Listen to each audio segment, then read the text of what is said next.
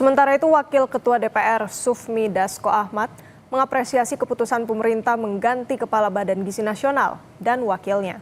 Dengan pergantian ini, DPR mendorong BGN untuk berbenah diri, memperbaiki layanan kepada para penerima manfaat.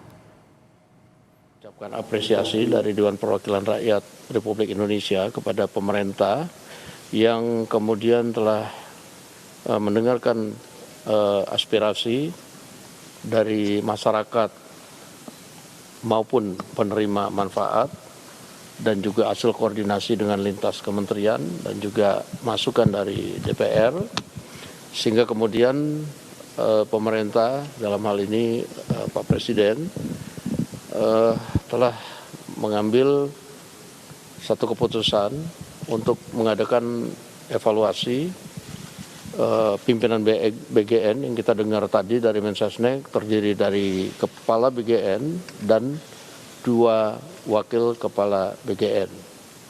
Nah, sehingga kami harapkan dengan adanya evaluasi dan evaluasi ini yang dilakukan secara menyeluruh, BGN akan berbenah diri dan terus melayani masyarakat, penerima manfaat, dan pergantian ini tentu tidak akan mempengaruhi pelayanan yang berlangsung selama ini. Dan harapan kami bahwa tujuan pelayanan terhadap terutama daerah 3T dapat segera direalisasikan. Demikian. Saudara, menanggapi penggantian Kepala Badan Gizi Nasional, Direktur Eksekutif Lingkar Madani, Ray Rangkuti berharap perubahan struktur BGN janganlah setengah-setengah dan harus profesional. Melakukan perubahan, ayo dilakukanlah perubahan secara total, jangan setengah-setengah. Itu maksud saya ya. Kan ini sebetulnya kan belum jauh nih landscape gerakan dari Pak Prabowo.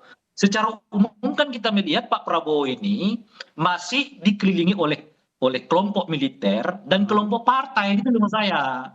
Jadi upaya untuk melibatkan kelompok profesional yang lebih luas lingkaran kekuasaannya ini Pak Prabowo ini belum ketahuan.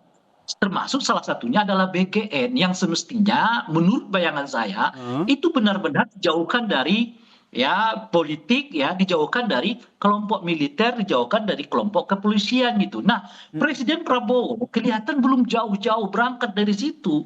Betul, BGN diganti ketuanya, tapi kan diserahkan ke partai gitu loh kira-kira. Orang partai lah, atau orang yang politik lah kalau nggak disebut dengan orang partai gitu.